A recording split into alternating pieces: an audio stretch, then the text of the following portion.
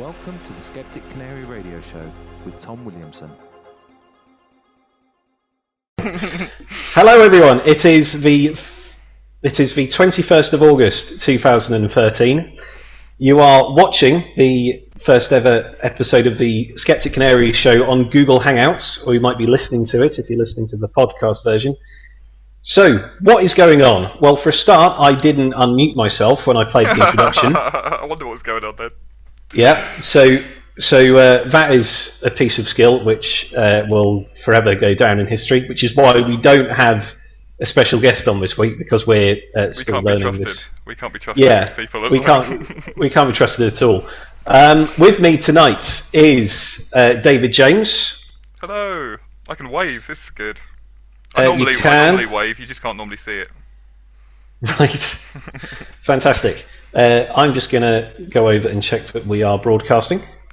Yes, we are. Superb. What am I wearing? Well, I'm wearing a Norwich City top. I thought that because this is the first show on Google Hangouts and you can actually see me as well as hear my stupid Norfolk nasally voice, do a bit of introduction. My name's Tom Williamson, as it says on your screen. I have a website which is skepticcanary.com. The little canary holding a magnifying glass, that's the sort of show's mascot. That is done by the very talented Steve Ashton, whose website is tunatize.com. The introductory music that you hopefully heard is by the, again, very talented Steve Page. A bit about myself. I'm a Norwich City fan, which is where the canary bit comes from, and why I'm wearing this garish yellow and green thing. And I class myself as a skeptic, which is where the skeptic thing comes from. What do we aim to do with this show? Well, every week we will have a special guest, or it might just be myself, David, and our other regular guest, who again isn't here this week because he's been called away by the real world, a guy called Paul Hopwood. Paul the Voice Hopwood. The Voice. James O'Malley from the Pod Delusion is very, very keen on Paul Hopwood's voice. He's got very good BBC style received pronunciation. He does. Despite being from Yorkshire. He talks proper, like, doesn't he? He does talk proper. And the thing is, I've met his family, and they are very, very traditional Yorkshire accents. Oh, really? Yeah, absolutely. So where Paul's got his voice from, I've no idea. Anyway, we miss you, Paul, and I know you're at work tonight, but we hope to have you back next week. What should we talk about tonight? Stuff that's been happening. Well, myself and Paul last week went to the 15th Ignite Liverpool, and we both gave a talk. So we'll talk about that a bit. In the news, there's also been Gary Bolton, the guy who was convicted of selling fraudulent bomb detectors.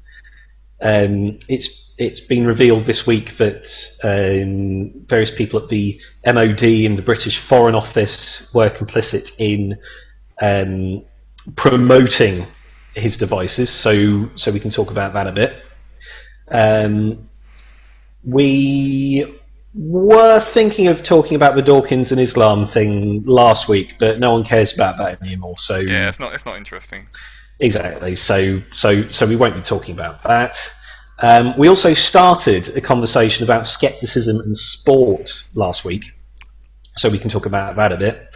And also, we have this ongoing bet between myself and David that my team, Norwich City, will finish higher than David's team, West Ham United. Well, that's not the best way of putting it. The best way of putting it is that whoever team finishes below the other one loses the bet. Mm-hmm. And we have had some ideas as to what form the forfeit could take. Now, me being a Norwich fan, Norwich's local rivals are Ipswich Town, so if the end of the football season is anywhere near the next QED, if I lose the bet, I will spend one day dressed as John Walk, Ipswich's captain for a while, I think he was, And if David loses the bet, although West Ham don't have any massive local rivals, he's agreed to wear a Manchester United Paul Ince shirt for a day. But we have had some other ideas. I've had the idea that the loser has to be ear candled. I don't know what David thinks of that. I'm game, I suppose. Ridiculous practice done. Yeah. Should we explain what ear candling is for the uninitiated? Yeah, I guess so. Yeah. Okay. Ear candling, often erroneously called Hopi ear candling, Yeah, that's right. after the Hopi tribe, is a practice where a hollow candle is taken. I can demonstrate this, can't I? Because we've got video. The patient, or victim, if you like, lies on their side, like so. Wow, nice. That's good sideline there, Tom. So you have to take your earphone off, so yeah. Yeah, so everyone can see my ear. That's what an ear is. Yeah, well done. Yeah. They have a candle popped in their ear like that. Imagine a candle. I don't think there's any fancy Google effect that'll do it. They have a candle stuck in their ear, and the candle burns. Hot wax shouldn't go everywhere if the practitioner's doing it properly. And what it is purported to do is it's meant to draw out lots of earwax and various other gunk from out your ear through a so-called chimney effect. And what the practitioner will do after an ear candling session is that they will roll out the candle and go, there we are, look at all the stuff that came out of your ear. But of course, if you burn an ear candle nowhere near anyone's ear, it looks exactly the same. So it's not exactly a hard one to debunk. Well, there's a video of a celebrity having it done, a sort of like young female actress or a singer or someone, and she's absolutely terrified because she's got hot wax falling around the side of the face. So yeah, that's one possibility. Was that okay? Did I get the gist of ear candling over? Yeah, I mean, you could have said pretty much anything.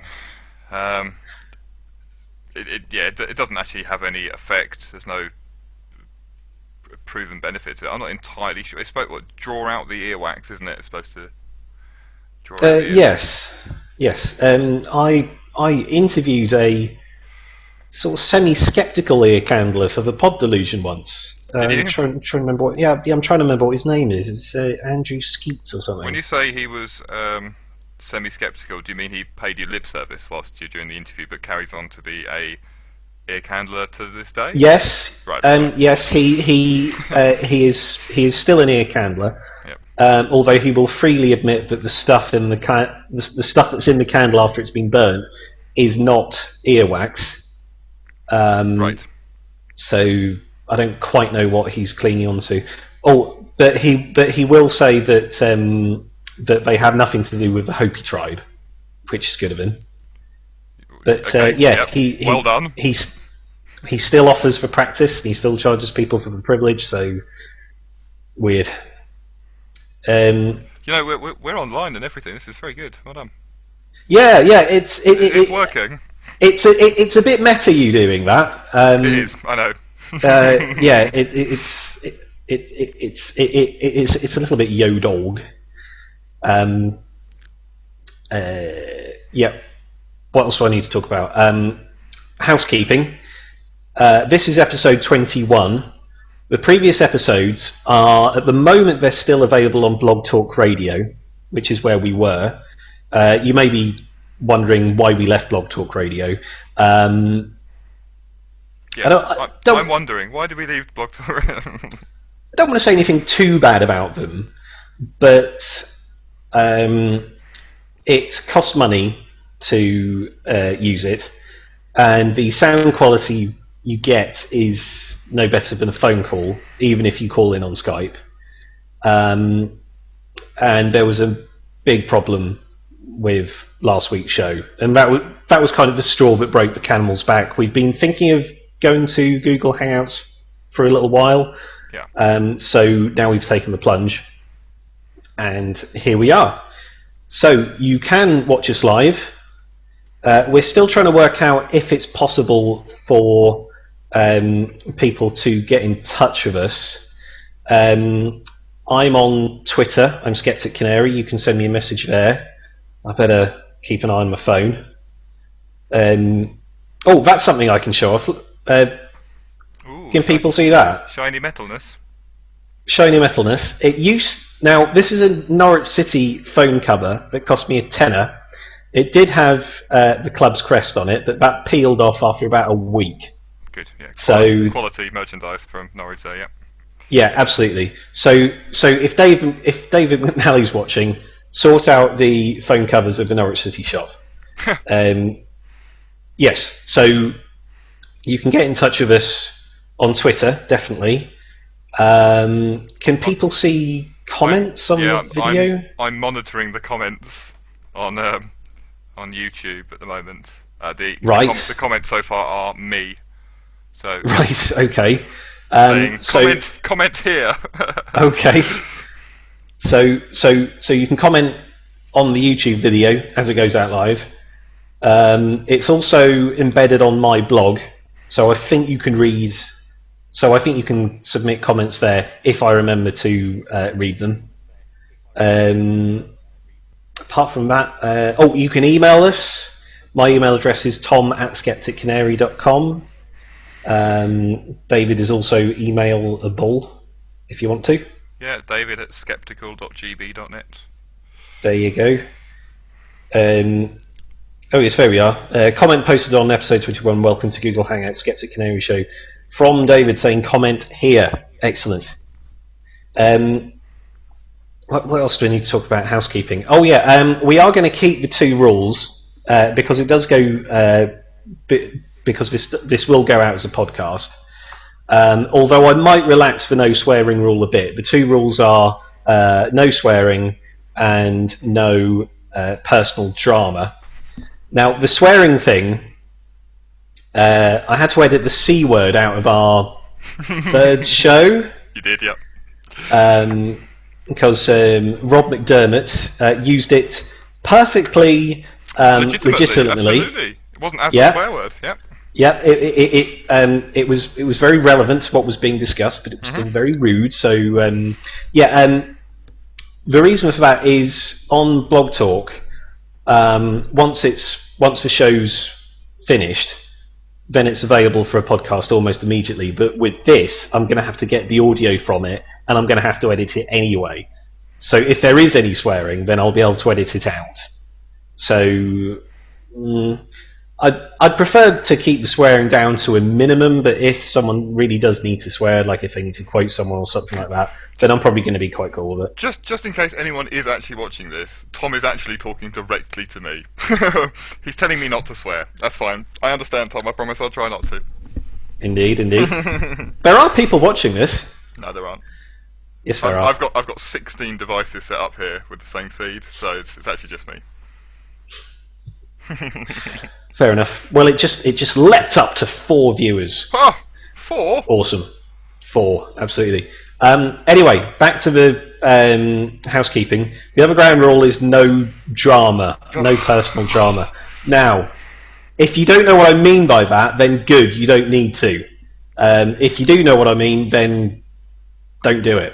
Anyway, that's it. That's ground rules.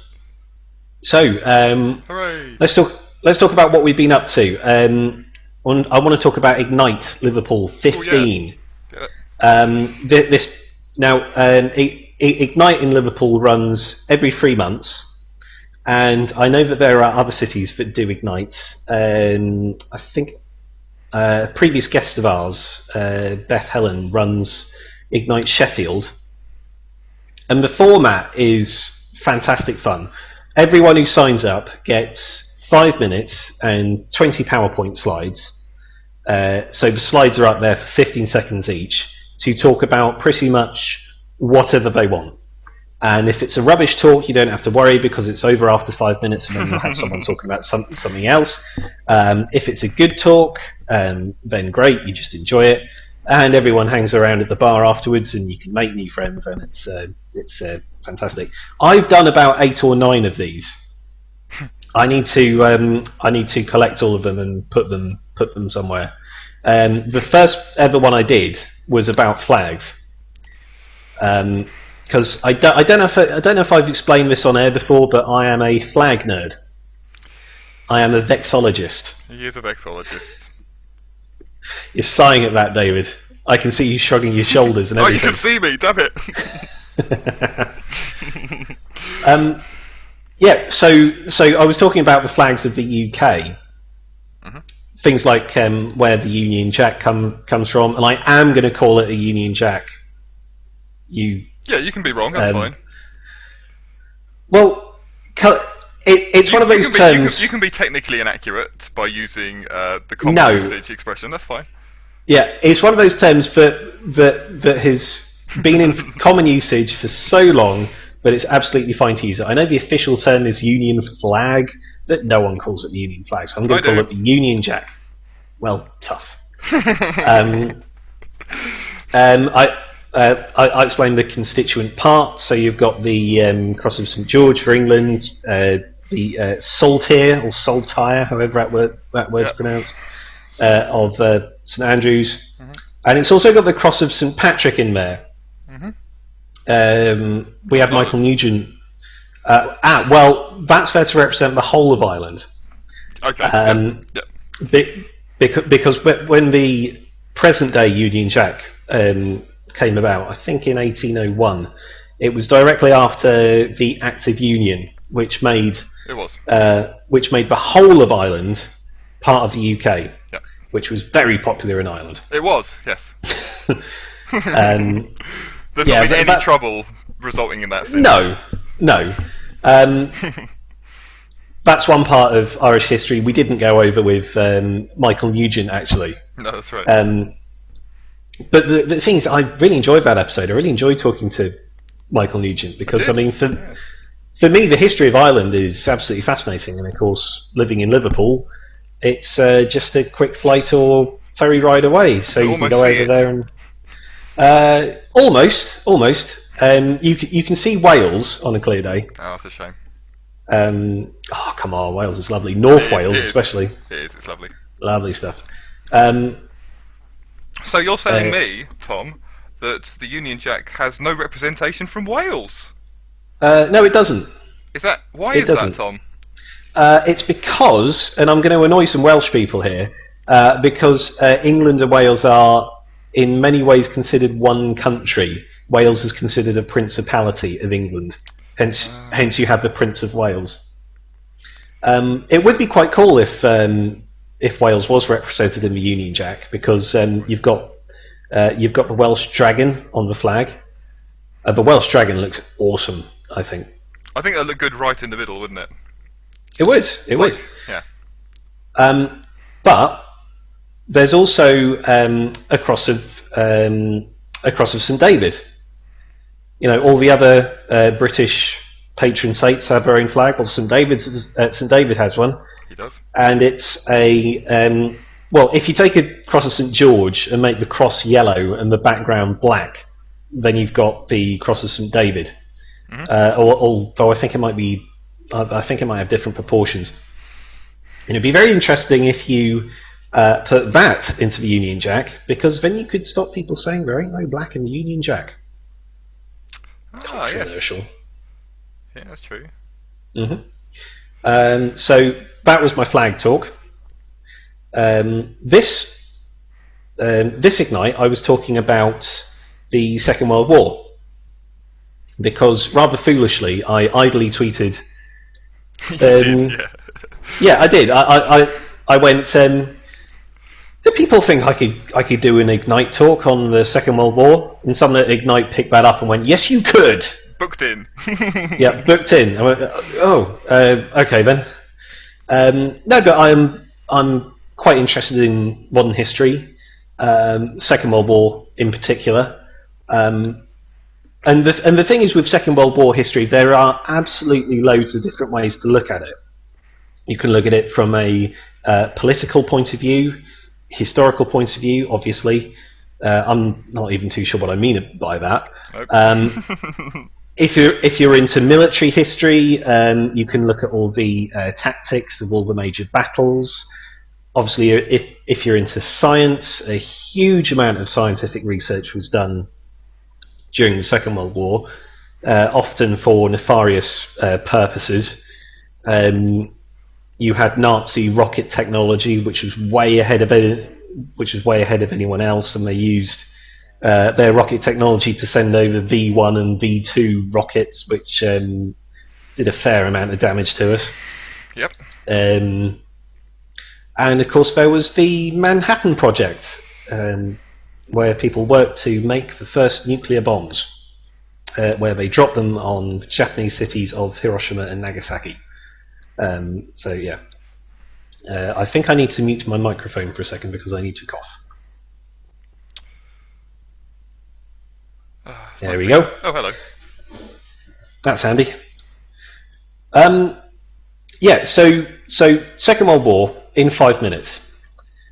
That was pretty tough, but I think I got all the salient points over. Well, yeah, like I said to you the other day, it has to be fairly jam-packed when you do it like that. And I don't think you missed anything vital. Well, the Second World War, it's always going to be an overview when you do it like that. Yeah. It's never going to get into the subtle nuances and the precise details of and ins and outs and things like that. But I think if you didn't know about anything about the Second World War, which would be troubling, but if you didn't know anything about the Second World War and you saw your talk, that would be a good basis to start your learning from. For a 5-minute talk. Well, one of the things that I had an idea was to expand that talk into a skeptic talk and call it, I don't know, the Skeptic's Guide to the Second World War or something like that. Okay. And I put this idea out there on Twitter, and a few people were a bit nonplussed by it, sort of saying, well, what would you be skeptical about? And I think they were sort of equating skepticism with maybe some elements of denialism. I mean, if you think about denialism in the Second World War, I mean, what immediately springs to mind? Holocaust. Yes, absolutely. And the last thing I would want to do is to deny the Holocaust. That would be incredibly bad. I mean, I think people who are Holocaust deniers, I mean, you can't get much lower than that, really. What can you say? It's just it's just ridiculous. Because I mean, if you know absolutely nothing about the Second World War, and you know absolutely nothing about the Holocaust, if someone just said to you that 6 million people, mostly Jews, were systematically murdered by a regime, you might be a bit taken aback by it, and you might doubt it just because of the sheer numbers, but just a smidgen of evidence should convince you that the Holocaust happened. I mean, yeah, I wouldn't doubt it immediately. I'd have follow-up questions. I wouldn't go, well, yes, that goes against my internal BS meter. That doesn't make any sense. It would be, okay, well, tell me a little bit more about it. It wouldn't be inconsistent with my internal model of the world. No, absolutely. But I mean, the evidence for the Holocaust. I mean, people talk about hyperskepticism. I mean, I don't think hyperskepticism is a particularly useful term because I prefer denialism. I mean, if someone has given you evidence for something and it's convincing evidence, if you ask for more evidence, I mean, it's kind of where do you draw the line? Where is where is the line between not enough evidence and enough evidence? But if you say deny the Holocaust and you've seen all the footage that was taken when the camps were liberated, if you've seen all the photos of the mass graves, if you've heard interviews of survivors, if you've seen survivors with their numbers tattooed on their arms, if you see all of that and still say that's not enough evidence, then for me you're not being hyper-skeptical, you're being a straight-up denier. Yeah, I mean, or not even. The thing is, they never say, "Oh, it's not enough evidence." They try and take apart the evidence, so that they dig themselves further into denialism. Yeah, and the thing is, they do have the same mindset. We've talked about this on episode 7, I think it was, the one with Gavin Schofield, where we talked about conspiracy theorists. Yep. They apply this House of Cards mentality to it. There's this idea that if you can pick apart one particular part of it, then the whole structure falls down. I mean, some Holocaust deniers, I can't remember their arguments because they're just so bad. But it's something like there weren't enough stains on the walls from the gas or something like that. Nice. And the thing is, whatever it is they say, but the thing is, even if that was the case, then you've got all the other stuff. Yeah, but it's that you've got to debunk. Yeah, it's so crazy because there's so many different multiple lines of evidence from different sources. It's not that there's one really robust evidence line. There's multiple. It's like evolution. There is multiple lines of evidence. It's just it doesn't. You can argue ad infinitum against something, and to the point where people go, well, maybe that evidence isn't that robust. Maybe that isn't that so obvious. How about all these photos and this video? How about all the bodies? Yeah. So, yeah, exactly. And all the witnesses. I'm trying not to get angry about Holocaust. There's absolutely nothing wrong with getting angry about Holocaust denial. But no, if I was going to do a talk about the Second World War from a skeptical angle, I wouldn't need to ask the question, did the Holocaust happen? Because the short answer is yes, and the long answer is yes, of course it did, you blithering idiot. Yes. That's right. Yeah, but in terms of the politics of the Second World War and what particularly Europe was like. Yeah, I think that is the area for skepticism, isn't it? Yeah. I mean, one of my pet thoughts about it is how many people appreciate the rise of Nazi Germany, because I've certainly had some history lessons, and my wife Celia has had lessons where it's kind of presented in a ridiculously oversimplistic way, like the people of Germany sort of collectively lost their brains for a few years and Hitler took over. Yeah. And of course you can't get much more removed from what actually happened than that. The artistry and psychology with which Hitler took power is really interesting to understand, and there isn't enough time to talk about it, and neither of us know enough about it to really go into detail. But it fascinates me that he did what he did, and he did manage to take power, and he just turned people against friends, neighbours against neighbours, and sort of family members against family members, and to the point where no one knew what to do. No one knew who was safe to talk to. It's a horrible thing. It was amazing. It was really, really well done. He got exactly the aim he was aiming for. He got exactly the result he was aiming for, which meant that he got to do what he wanted, basically. Yeah, absolutely. And people supported him for it. It wasn't just people were innocent bystanders. People actively supported him. Absolutely. But the Second World War and the Cold War, communism in Europe, they changed our attitudes to things like democracy. Yeah. I mean, can you imagine now a European politician saying democracy is a bad thing? We need to get rid of it. I mean, you might have someone jokingly saying, "Oh, politicians, they're all useless, sack them all." But you'd never have a politician in Central Europe or Western Europe nowadays saying democracy is a bad thing, we need to stop democracy. And that was a perfectly acceptable thing to say in Germany in the 1920s. Yeah. Oh, that's right. Yeah. The build up is where it's interesting, isn't it? It's not so much 39 to 42, let's say, when they were building, really getting themselves stuck in. It's the 10 years before that. It's Hitler's rise. Not when he had his power, but it was the build up to it. A real.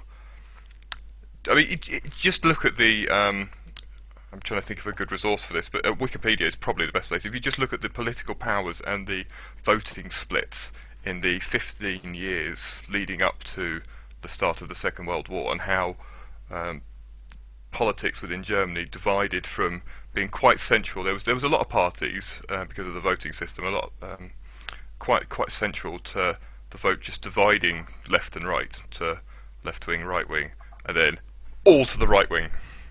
Mm-hmm. As he slowly took over power, and then all to the right wing. It's fascinating, and it's scary because you can see how that could have happened in any other country, any other democratic country. I don't think it could happen in Europe now, but I couldn't say it couldn't happen again in the future. But it's interesting. Yeah, definitely. And one thing I'm quite interested in is propaganda, media management. Mm-hmm. You have it all the time in politics nowadays, of course. Photo shoots, politicians kissing babies, that sort of stuff. Get off my children. Yeah. Sorry. But all the footage you see of Adolf Hitler is all very, very carefully stage managed. Whenever he's giving a speech, whenever he's on a parade or something like that, all very, very, very carefully managed. What you never see are any candid shots of Hitler. Mm-hmm. Even that there's footage where he's in his house up in the mountains. What was that called? I was going to say the Golden something. The Eagle's Nest. Gardens. The Eagle's Nest. Okay, it's got a German name, but I can't remember it. If anyone would like to tell us, please do. Anyway, there's a film of him up in the mountains, and again, it's all very, very staged. I think there's only one recording that exists of Hitler which isn't staged, and it was a meeting he had with the leader of Finland, a guy called Mannerheim, I think. Finland's role was very, very interesting because they managed to fight off the Soviet Union and placate Germany, and it was very, very skillfully done. But a Finnish spy was in the room next door when Hitler and Mannerheim were having this meeting, and Hitler is trying to convince Mannerheim to be on his side. Mm-hmm. And the spy records about 10 minutes of the conversation, and it's the only recording of Hitler where he's not being overly dramatic and giving a speech. He's actually very candid. He's going, look, what we can do here is I give you this, you do that, and that'll be great for all of us. And he's actually negotiating, and it's really, really strange to hear. Yeah, just hear him having a normal, a pseudo-normal conversation with someone. Yeah. So I mean, Skeptic stuff with the Second World War. Gab was telling us a bit about a conspiracy theory involving Hitler, which I haven't read up on properly. But according to this conspiracy theory, Hitler didn't die at the end of the Second World War. Yeah, that's right. Yeah. Nazi rocket technology. Not only was it very, very advanced, it was way more advanced than we thought. Is he on the moon? And Hitler ended up on the moon. Oh, awesome. Yeah, there's also a similar one where he's in Antarctica under an Antarctic lake or something. I don't know how to pronounce this word, Tom. Is it Kelsternost? Kelstenost? I Trying to- don't know It's what does it relate to. The eagle's nest in German. Oh right, okay. I can't. I'll I send you. I'll don't send you a know. link for it. It's KEHLSTEINHAUST. Okay, we'll have to ask Paula Kirby. Yeah, I don't speak German at all. Cool. Anyway, Yeah. So with the science of it, I mean, there's a lot of moral questions to do with the Second World War, and one of the images that I'm certainly sceptical of is that us as the Western allies, and I'm thinking mostly Britain and America, there's this idea that we were beyond reproach. We were the good guys. We were angelic almost, and that's certainly not true at all. well, I mean, we won. we won, and history is decided by the winners, of course. Yep. But there are numerous things which are morally very, very dodgy. I mean, the atomic bombings of Hiroshima and Nagasaki was one. The argument for them, I am partially convinced by. The idea is that it was better to drop the bombs and get Japan to surrender that way than it would have been the US invading mainland Japan. Yeah, it spoke to the psychology of the perceived, anyway, psychology of the Japanese, that they would fight to the death, to the very last man, woman and child, wouldn't it?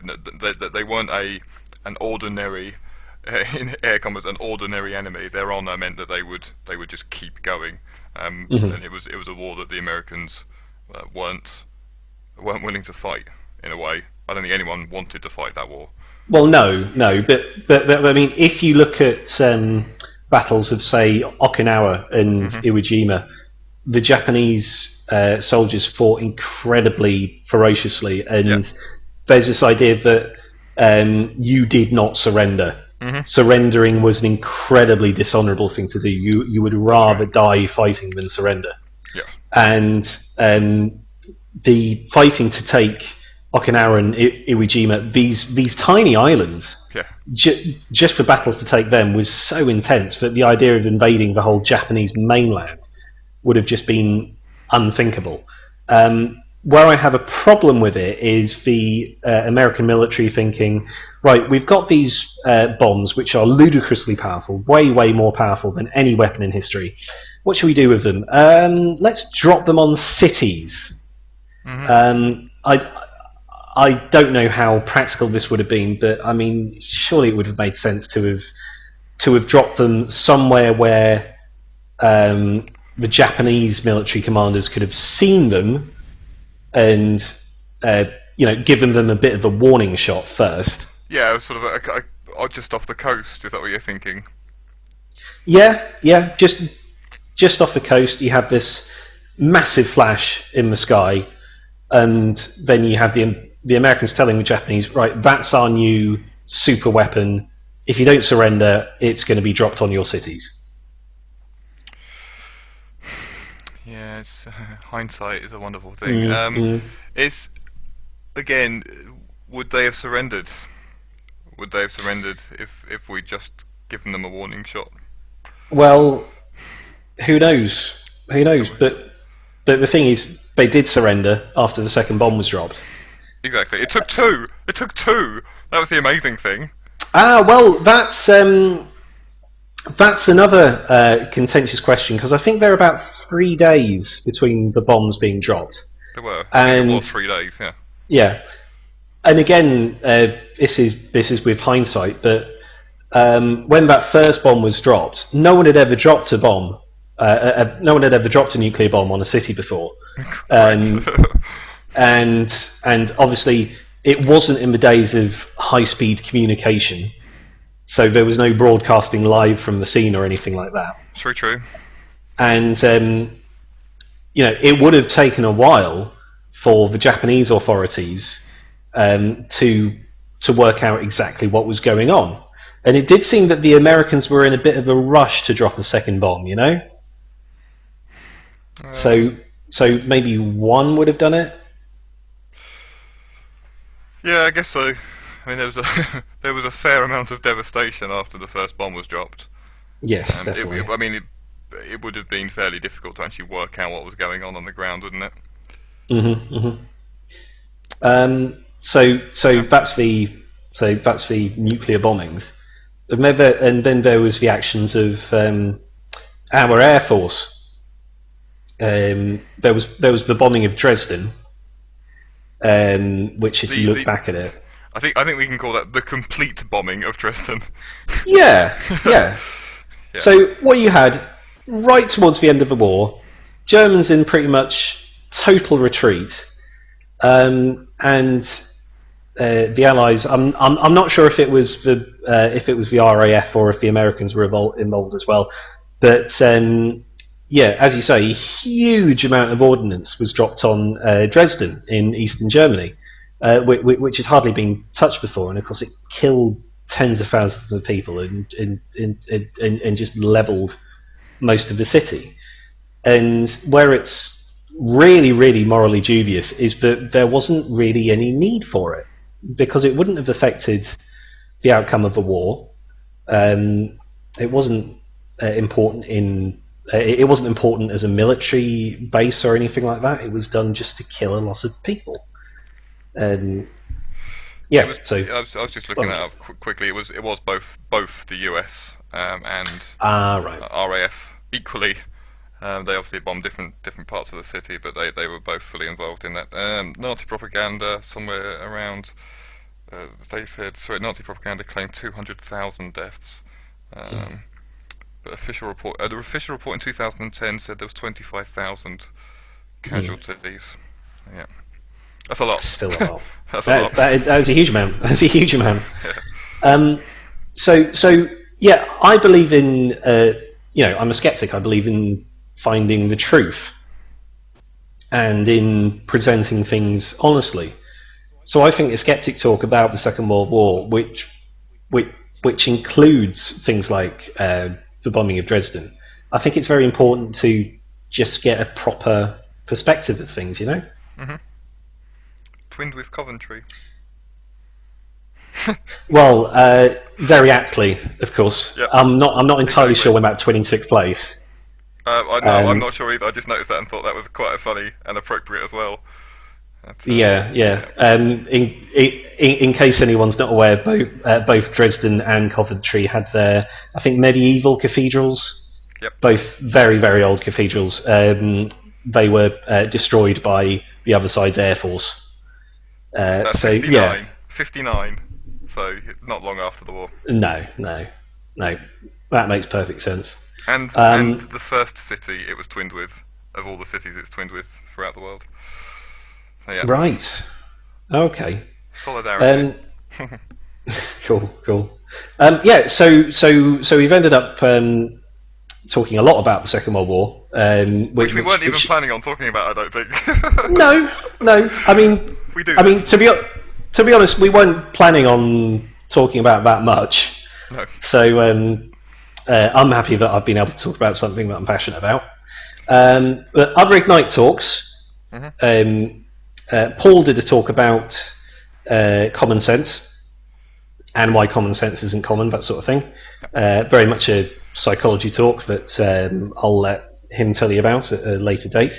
But the star of the show was a previous guest on this show, Kat Ford, with a talk entitled "Why Sir Mix-a-Lot Likes Big Butts."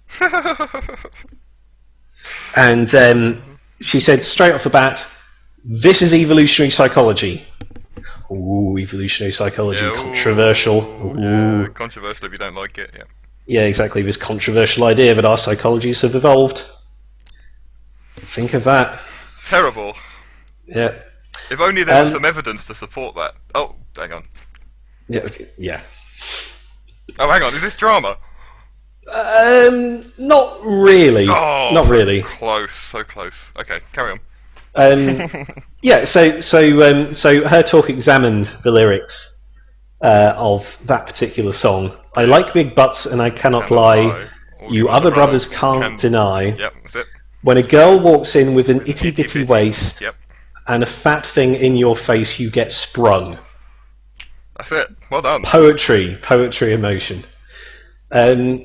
Yeah, and she was making a point that he was talking about a woman's waist to hip ratio.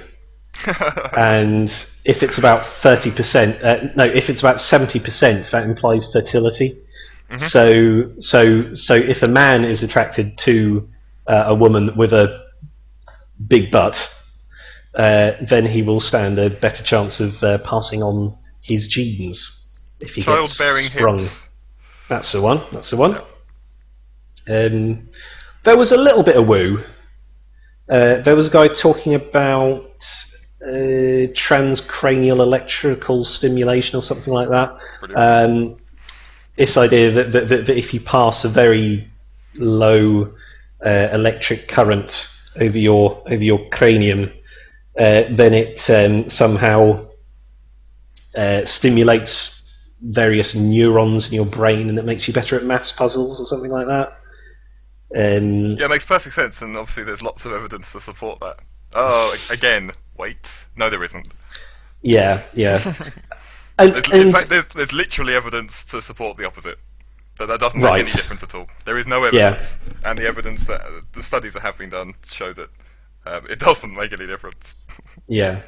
And the thing is, just watching the guy talk, and this is no slight against him at all, because I'm sure he's a lovely guy.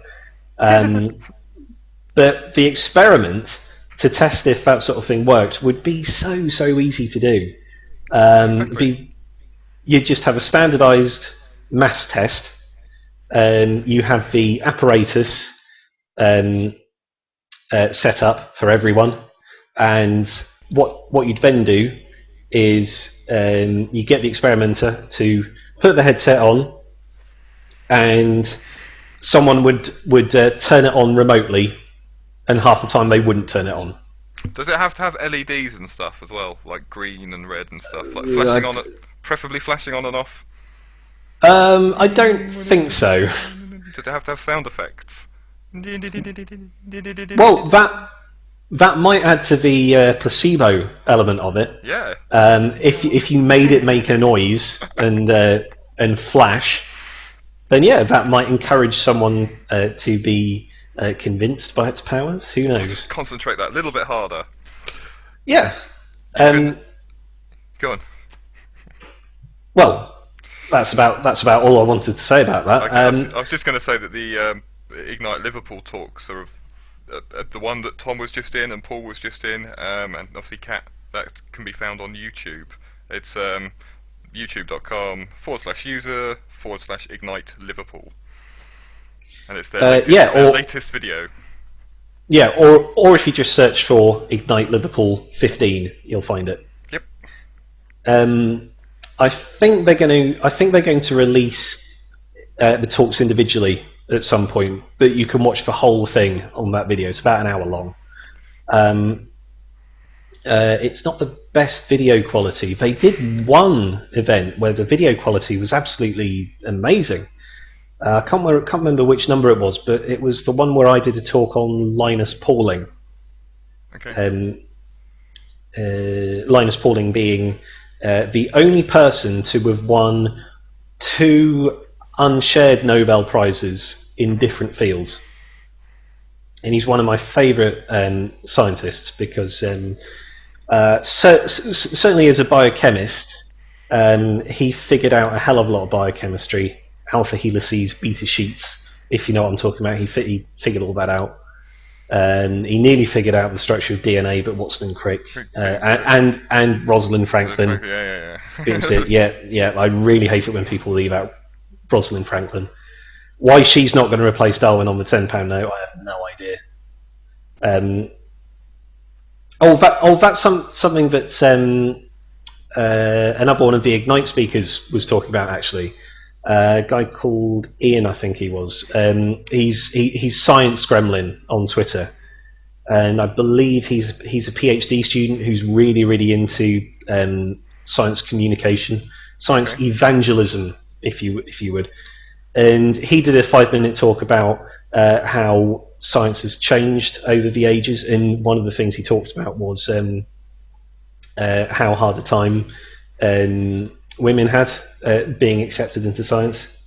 And the case made was Rosalind Franklin. Now, Watson Crick won the Nobel Prize along with someone else whose name I can't remember, who is a guy. And the way the Nobel Prize works, it's often awarded 8, 9, or 10 years after the work's done. Oh, and longer. Yeah, that's right. Yeah. And unfortunately, Rosalind Franklin died of cancer before the Nobel Prize was awarded. Yeah, it's never awarded posthumously. You have to be alive. Yeah, which is a bit of an odd rule, if you ask me. It's just because of the prize money, isn't it? Well, yeah, but if it's being shared amongst people who are alive, then you could have it as. I guess the argument should be is that winning a Nobel Prize is no guarantee that you're a good scientist or that you shouldn't be respected by your peers. So, all right, the general public recognise, he's won the Nobel Peace Prize, but her achievement shouldn't be any less because she didn't win it with Watson and Crick. But but you're right, she will be perceived that way. Yeah, definitely. I was going to say it's her fault for dying, but I really didn't mean that way. What I mean is it's a shame that she did die because it's meant that in the public perception there's something amiss. Absolutely. Well, of course, as you say, winning a Nobel Prize is no immunity from quackery. I mean, absolutely. Yeah. Linus Pauling, after figuring out all he did, I mean, his contributions to chemistry are just absolutely huge. He also won a Nobel. He won the Peace Prize, didn't he? And the was it chemistry? Chemistry. He won the prize in chemistry for figuring out. Yeah, that's right. Chemical bond hybridization. Yeah. Which I haven't got nearly enough time to go into. No. What did he win the Peace Prize for? The Peace Prize. He did a survey that's become known as the Baby Tooth Survey. He found that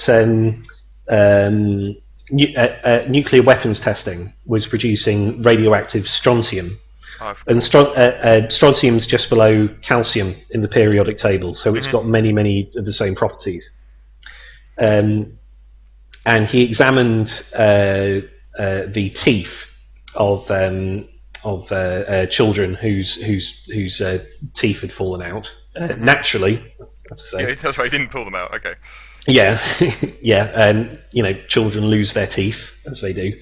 And he was analysing the teeth, and he found that the teeth had very high levels of strontium next to where nuclear weapons testing was being carried out, and he traced this backwards from the food chain, and he worked out that what was happening was that the radioactive strontium was getting into the atmosphere from nuclear tests.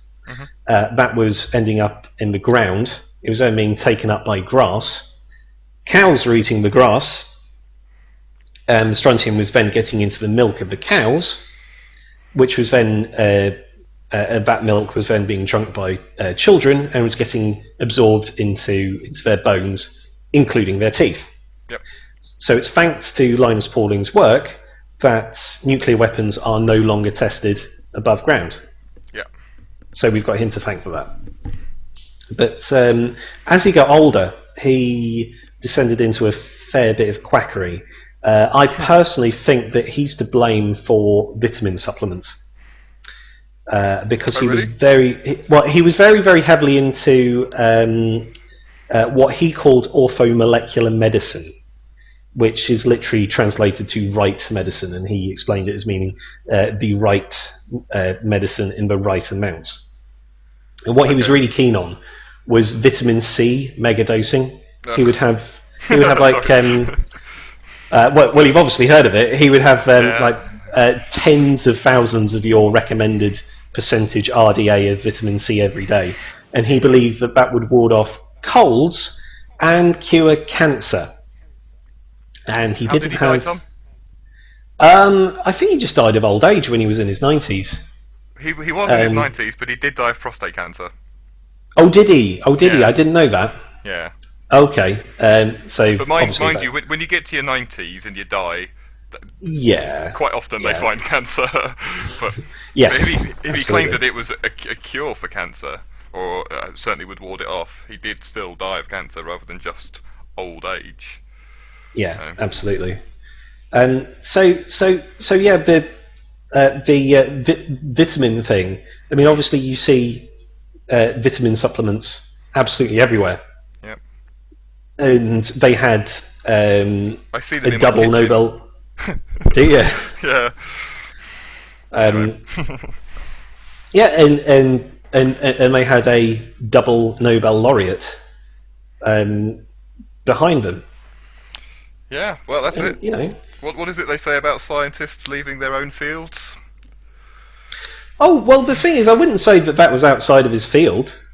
And you're talking biochemistry, vitamins, and Linus Pauling was one of the most successful biochemists of all time. So yeah, I wouldn't say that was outside his field.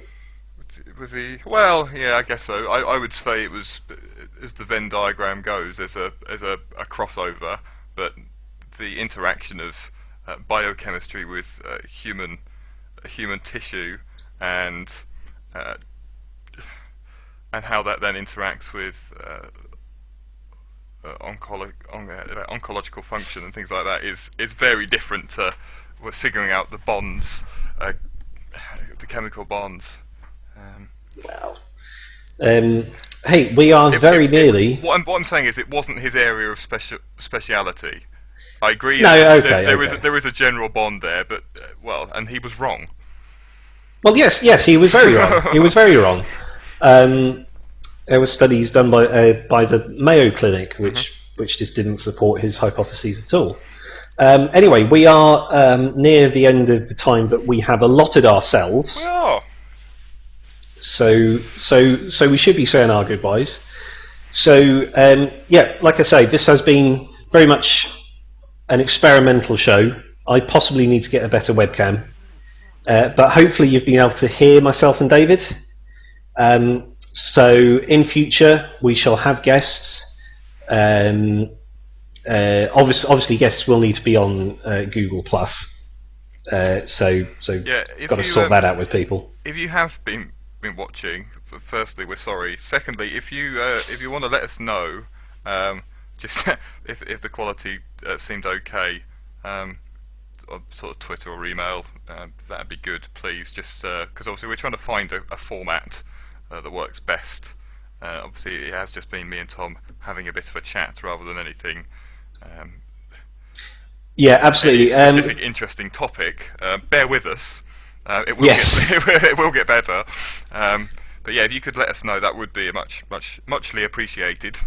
Yeah, absolutely. And any and all feedback, much appreciated. Even if you want to tell us that we are complete ignoramuses, we've got absolutely no idea what we're talking about, that's absolutely fine too. We're both married. You don't need to tell us that. Oh, what a lovely thing to end on.